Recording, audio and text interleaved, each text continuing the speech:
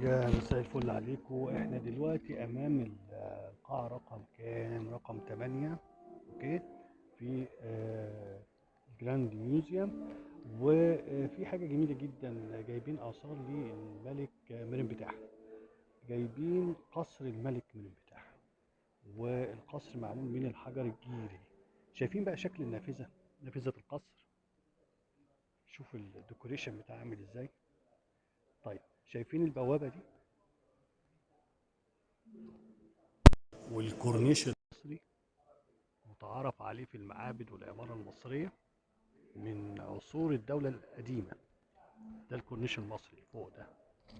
تمام. وده العمود اللي تميز بيه وسمي عمود بن البتاح. اوكي. طيب،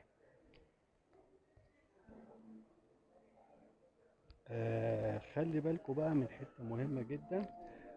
ده أسوار القصر. أسوار القصر عليها رؤوس الأعداء، كل واحد بقى والشكل بتاعه وهو جاي منين وشكل. خلي بالكوا من الراجل اللي حاطط حلق في ودانه ده، دول المفروض أعضاء مصر. طيب، يعني معنى كده إن الملوك المصريين القدماء استخدموا الحجر في عمل قصورهم. وطبعا أطلال القصر ده تم إيجاده أو تم الكشف عنه في منف بجوار معبد بتح.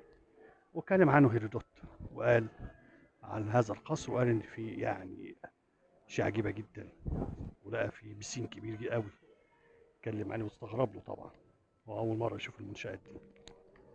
شكرا.